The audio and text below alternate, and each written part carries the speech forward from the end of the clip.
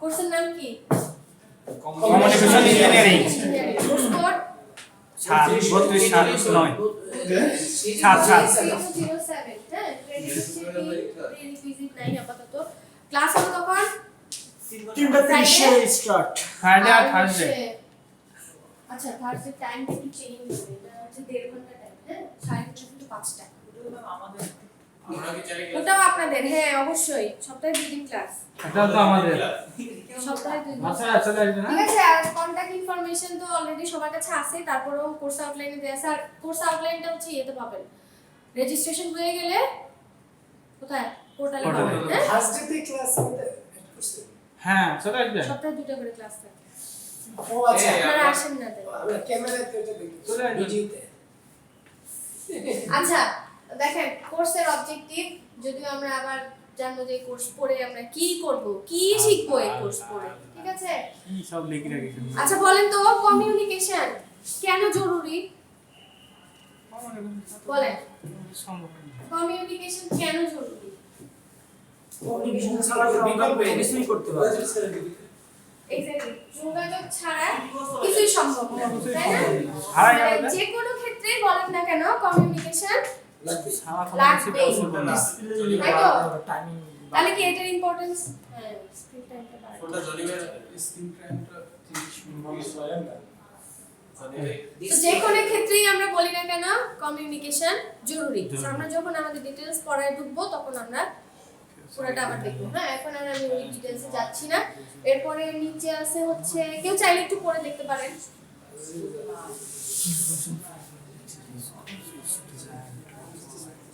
আচ্ছা কমিউনিকেশন তো বলতাম কিন্তু আমাদের কোর্সটাই হচ্ছে কি কমিউনিকেশন ইঞ্জিনিয়ারিং তার মানে আমাদের ব্যাকগ্রাউন্ডের সাথে এটা কতটুকু যায় বা এই কোর্সটা পড়ে আমরা কি করব কি শিখব কেন আমাদের এটা পড়তে হবে সবকিছুই আশা করি আমরা আস্তে আস্তে জানতে পারবো আচ্ছা এই যে ধরেন আমরা ডেইলি লাইফে কমিউনিকেট করতেছি সেটা ফোনে হোক বা টেক্সটের থ্রুতে হোক বা মেইলে হোক হ্যাঁ যেভাবেই হোক আমরা যে কমিউনিকেশন করতেছি মানে কতগুলো স্টেপ আমরা পার করতেছি বা সেখানে কোন কোন জিনিসগুলো ইনভলভ আছে সবকিছুই আমরা এই কোর্স থেকে জানতে পারবো ঠিক আছে একটা সিগন্যাল আমরা পাঠাচ্ছি যে আমরা যে ভয়েস কমিউনিকেশন করি হ্যাঁ খুব সিম্পল ব্যাপার না ধরেন আমি আপনাকে ফোন দিলাম আমি কথা বলতেছি আপনি শুনতেছেন আপনি বলতেছেন আমি শুনতেছি ব্যাপারটা কিন্তু খুব সিম্পল আমরা যারা ইউজ করতেছি ডেইলি লাইফে ফোন ইউজ করতেছি বা মোবাইল বা টেলিফোন যেটাই হোক তো কিন্তু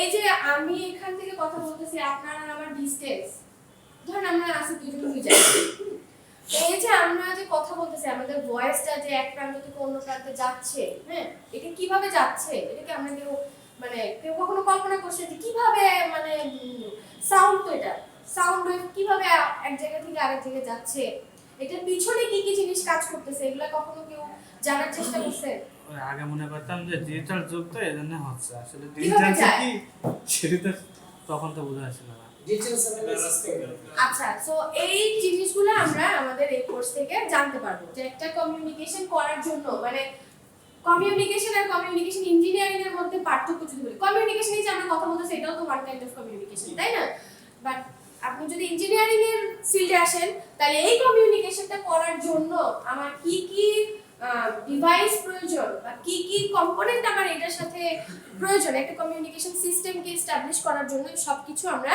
এখান থেকে জানতে পারবো তারপরে মডুলেশনের নাম শুনছেন আপনারা কেন ইউজ হয় জানেন সিগন্যালকে একত্রিত করার জন্য সিগন্যালকে একত্রিত করার জন্য না যাই হোক আমরা মডুলেশন নিয়েও মডুলেশন দরকার হবে কোন সিগন্যালকে দূর পেন ডেফিনেটলি সো এরকম অনেক কিছুই আমরা কি করব জানতে পারবো ঠিক আছে যখন আমরা ডিটেইলসে যাব তখন দেখবেন একটু আমরা কোর্সের কন্টেন্টে যদি একটু যাই তারপরে দেখেন এই দেখতে মনে হচ্ছে অনেক কিছু যখন আমরা পড়বো তখন এখানে একসাথে লেখা আছে তো এইজন্য দেখে মনে হচ্ছে যে অনেক কিছু আচ্ছা তো শুরুতে আমরা যেটা পড়বো আমরা কমিউনিকেশন আচ্ছা আমি যদি এটা একটু বাদ রেখে আমি একটু বলে যাই শুরুতে আমরা পড়বো হচ্ছে কমিউনিকেশন কি ঠিক আছে কমিউনিকেশন এন্ড কমিউনিকেশন সিস্টেম হ্যাঁ এটা নিয়ে আমরা পড়াশোনা করব যে কমিউনিকেশন বলতে আমরা কি বুঝি অ্যাকচুয়ালি। এখন যদি আপনাদেরকে জিজ্ঞেস করি অনেকে কিন্তু সুন্দর করে বলতে পারবেন না যে কমিউনিকেশন কি অ্যাকচুয়ালি বা আমরা কেন করি বলেন তো, এটা তো বলতে পারা উচিত। কেন করি কমিউনিকেশন? খুবই সিম্পল आंसर, বিশেষ প্রয়োজনে তো কমিউনিকেশন করি। কেন যে বিশেষ প্রয়োজনটা কি? এই যে ভাব বিনিময় করার সমাজের সমাবেশ হওয়ার জন্য, হ্যাঁ, ইনফরমেশন ট্রান্সফার করার জন্য বা তথ্য আদান প্রদানের জন্য, বা আরো যদি বলি মানে ইন জেনারেল কথায় যদি বলি আপনার ফিলিংসটাকে আপনি এক্সপ্রেস করার জন্য কমিউনিকেশন করেন, তাই না? ঠিক আছে, সো আমরা জানবো কমিউনিকেশন কি এবং কমিউনিকেশন সিস্টেম নিয়ে আমরা পড়াশোনা করব। সেটার মধ্যে পাবেন হচ্ছে একটা কমিউনিকেশন সিস্টেম ডেভেলপ করতে গেলে আপনার কি কি ধরনের কম্পোনেন্টের প্রয়োজন বা কি কি জিনিস থাকে একটা কমিউনিকেশন সিস্টেমের মধ্যে।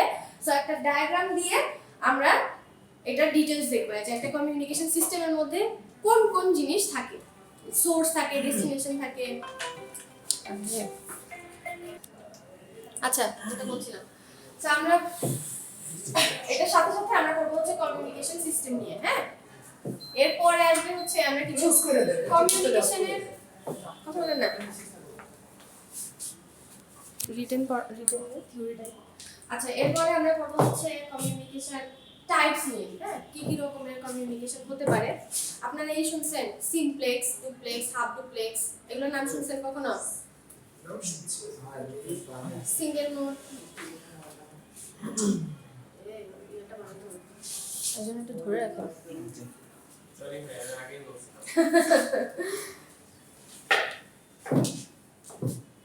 ঠিক আছে, এরপর আমরা করব হচ্ছে কমিউনিকেশনের টাইপস নিয়ে। হ্যাঁ, তারপর আমি জাস্ট কি পয়েন্টগুলো লিখতেছি। হ্যাঁ, বাকি সব ডিটেইলস এখানে পাবেনই। আর আপনাদের আলো নিতে যাবে। আচ্ছা,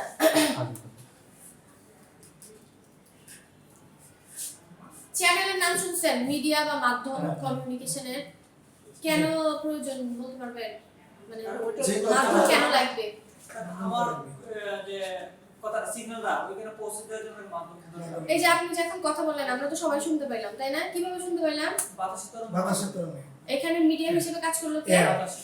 ঠিক আছে, তো আমরা হচ্ছে কমিউনিকেশন মিডিয়াম নিয়ে করব।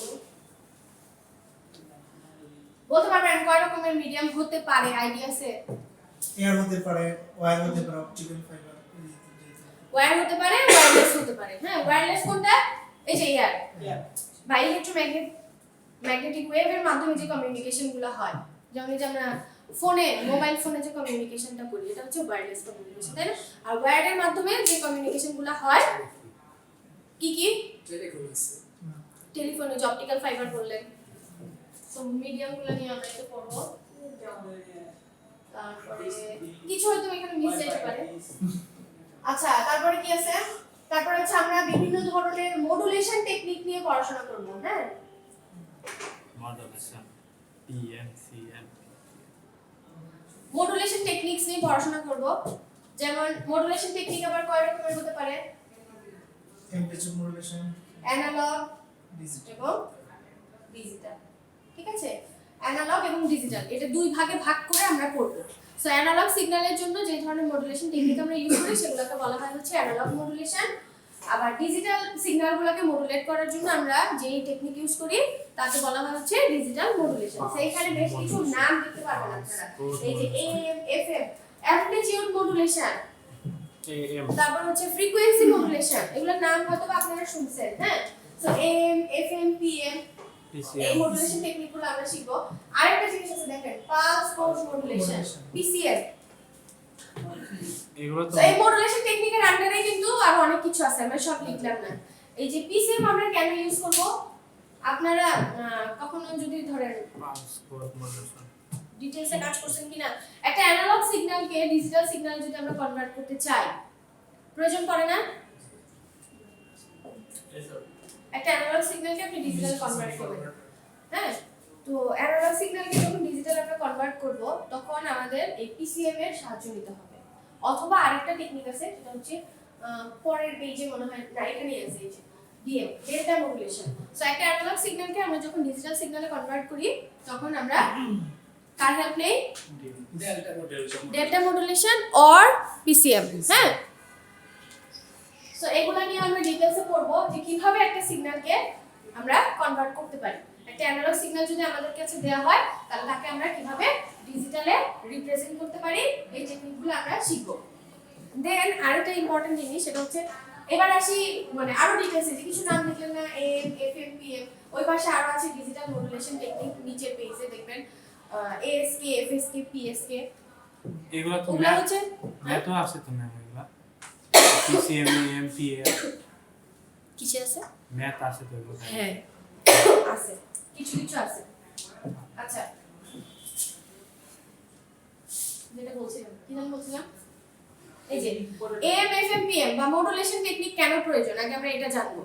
যে একটা সিগন্যাল, ধরেন ভয়েস সিগন্যালের কথা যদি বলি, আমি এখান থেকে কথা বলে কোনো কিছুর হেল্প ছাড়া আমার সিগন্যালটা কত দূর পর্যন্ত যাবে? খুব বেশি দূর কি যাবে না। এটা নির্দিষ্ট করে আছে। তাহলে এই যে আমাদের লো ফ্রিকোয়েন্সি সিগন্যালগুলা আমরা যখন লং ডিসটেন্সে পাঠাই, ট্রান্সমিট করাই, শুধু তো আমার সিগন্যালই থাকবে না ইয়ারের মধ্যে, অনেকগুলো তাই না? আরো অনেক সিগন্যাল থাকবে। তাহলে এক একটা সিগন্যাল কি হবে? ইন্টারফেয়ার হবে না ওদের মধ্যে, বা নয়েজ দ্বারা এফেক্টেড হবে না। তো দেখা যাবে কি ডেস্টিনেশন পর্যন্ত ওই সিগন্যাল খুঁজেই পাওয়া যাবে না। সো এই মানে লো ফ্রিকোয়েন্সি সিগন্যালগুলা লং ডিসটেন্সে পাঠানোর জন্য একটা টেকনিক ইউজ করতে হয়, যার নাম মডুলেশন। ঠিক আছে? সো এই মডুলেশন টেকনিকগুলো নিয়ে আমরা পড়বো ডিটেইলসে। ঠিক আছে? এই হচ্ছে মোটামুটি আমাদের সিলেবাস। মানে আমি জাস্ট কি পয়েন্টগুলো বললাম, ডিটেইলসটা এখানে আসি, আর আমরা যখন পড়বো তখন তো আরো পাবেনি প্রত্যেকটা স্লাইডের মধ্যে। নিচের পেজে যাই একটু। আচ্ছা, আরেকটা টেকনিক আমি বলতে ভুলে গেছি, সেটা হচ্ছে মাল্টিপ্লেক্সিং। আমরা কিন্তু সবসময় ইউজ করি এটা। নাম শুনছেন মাল্টিপ্লেক্সিং? কি বলেন তো? যা হচ্ছে কি? অনেকগুলো ইনপুট থেকে একটি ইনপুট থেকে অনেকগুলো আউটপুট দিবে। একটা ইনপুট থেকে অনেকগুলো আউটপুট। যে ডিভাইসটা করে সেটা মাল্টিপ্লেক্সিং। এটা হচ্ছে ডি মাল্টিপ্লেক্সিং, আপনি যেটা বললেন।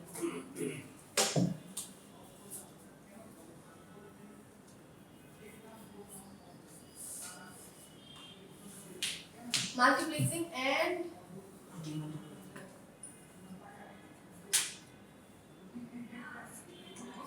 ডিমাল্টিপ্লেক্সিং।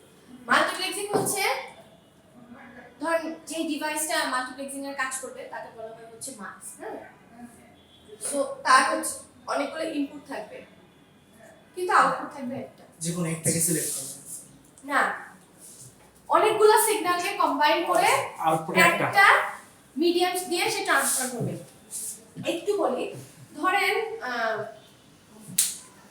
যে কোনো অফিসের কথা চিন্তা করেন বা বাসার কথা চিন্তা করেন, যতগুলো ধরেন কথা 10 জন ইউজার আছে। সো 10 জন ইউজারের জন্য যদি আপনি 10টা লাইন টানেন, 10টা কেবল টানেন, এরকম করে প্রত্যেকটার জন্য যদি চিন্তা করেন, ইন্ডিভিজুয়াল লাইনের জন্য যদি চিন্তা করেন, তাহলে কত সংখ্যক কেবল হবে? মানে এটা কি প্রবলেম ক্রিয়েট করবে না? সো মাল্টিপ্লেক্সিং টেকনিকটা হচ্ছে এই প্রবলেমটাকে রিডিউস করে। হ্যাঁ, যে এই প্রবলেম সলিউশন, এই প্রবলেমের একমাত্র সলিউশন হচ্ছে কি মাল্টিপ্লেক্সিং। যেখানে আপনি কি করতে পারেন, আপনার ইউজার সংখ্যা যতই হোক না কেন, হ্যাঁ, মাল্টিপল ইউজারকে আপনি কম্বাইন করতে পারেন, কিন্তু আপনি একটাই সিঙ্গেল লাইন দিয়ে সেই সবগুলো সিগন্যালকে ট্রান্সফার করতে পারবেন। আমি বুঝাইতে পারছি কথা? ধরেন আপনার হচ্ছে এখানে 3 জন ইউজার আছে, ঠিক আছে? 3 জন ইউজারের জন্য আপনি এরকম 3টা আলাদা আলাদা যদি লাইন টানেন, হ্যাঁ, তাহলে এরকম কত সংখ্যক ইউজার আছে, তার মানে কি আপনার কেবল ইউজ হচ্ছে বেশি। তারপরে আপনি যত সংখ্যক লাইন টানবেন, আপনার রেগুলার ম্যানেজমেন্টের ব্যাপার আছে না, সো ম্যানেজমেন্ট করতে প্রবলেম হবে না। সো সবকিছু মিলিয়ে দেখা যাবে যে এটা বাই বাবা কস্টলি, অবশ্যই ঝামেলা। ঝামেলা।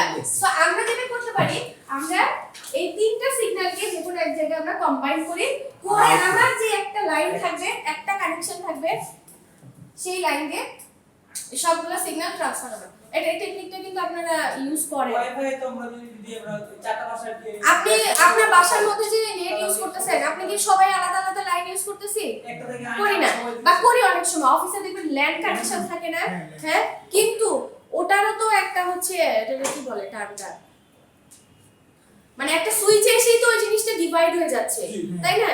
ওই একদম আপনার সার্ভার পর্যন্ত আপনার আইএসপি পর্যন্ত কি সবগুলো ইন্ডিভিজুয়াল লাইন যায়? না না, যায় না। সার্ভারের মধ্যে হয়তো আপনার অফিস পর্যন্ত কিন্তু একটাই কানেকশন আসে ফাইবার দিয়ে, অফিস থেকে আলাদা। বুঝছেন? তো এই মাল্টিপ্লেক্সিং টেকনিক ওই ক্ষেত্রে ইউজ করা হয় যে আপনার মাল্টিপল ইউজার যদি থাকে সেগুলোকে আমরা কম্বাইন করি, করে একটাই যে আমার মিডিয়াম থাকবে সেই মিডিয়াম দিয়ে আমরা পাস করব। আর আপনি যেটার কথা বলছেন সেটা হচ্ছে এটার উল্টা প্রসেস, হ্যাঁ? এখানে হবে কি, এখানে হবে হচ্ছে এই যে একটা আসলো না, হ্যাঁ, এটার নাম হচ্ছে ডিমাক্স। স্যাটেলাইট এই যে কমিউনিকেশন একটা আসলো এসে অনেকগুলো এখানে যে কয়টা ছিল এখানে সেই কয়টা, মানে এখানে যে কয়টা ইনপুট ছিল এখানে সেই কয়টা আউটপুট হবে। এই দুইটা সিস্টেমই স্যাটেলাইট কমিউনিকেশনের ক্ষেত্রে ইউজ করা হয়। অনেক জায়গায় তার মানে এটা বলা যায় যে আপনার পুলিশেরা যে প্রশাসনেরা ওয়্যারলেস ইউজ করে, ঠিক এটা যে একজনকে বললে সবাই শুনতে পায়। না, ওইটা অ্যাকচুয়ালি তা না। আমরা এই যে এখানে বলছি না টাইপস, এখানে আরেকটা জিনিস আছে, মোড, ধরন, কমিউনিকেশনের ধরন। হ্যাঁ, একটু আগে আমি নাম বলছি না কয়েকটা, সিমপ্লেক্স, ডুপ্লেক্স, হাফ ডুপ্লেক্স, এগুলো হচ্ছে ওই ক্যাটাগরির মধ্যে পড়ে। সো আমরা ওখানে ডিটেইলস দেখব, ঠিক আছে? তো এই মাল্টিপ্লেক্সিং টেকনিক কেন ইউজ করি আমরা, এগুলো আমরা ডিটেইলস আরো দেখব, ঠিক আছে? আর কি আছে? এখন কথা হচ্ছে যে এই যে আমি যে সিগন্যালগুলোকে কম্বাইন করি, তাহলে ওদের মধ্যে আবার ইন্টারফারেন্স হবে না। মনে করেন একজন ফেসবুক ইউজ করতেছেন, একজন গুগলে কোনো কিছু সার্চ করছেন, একজন ইউটিউবে কিছু একটা শুনতেছেন, তাহলে সবার সিগন্যাল যখন এক জায়গায় কম্বাইন হবে তাহলে এদের মধ্যে কি ওভারল্যাপ হবে না? হওয়া তো উচিত, হওয়ার কথা। তাহলে ওদেরকে এখন আমাকে আবার কি করতে হবে? ডিফারেন্সিয়েট করতে হবে। সো ওদেরকে আমরা কিভাবে ডিফারেন্সিয়েট করব? এই যে কিছু টার্ম আছে দেখেন, TDM, FDM, CDM, দেখছেন? সো এই টেকনিক, এগুলো হচ্ছে মাল্টিপ্লেক্সিং এর টাইপস, হ্যাঁ? ওইগুলো অ্যাপ্লাই করে আমরা সিগন্যালগুলোকে আলাদা করি।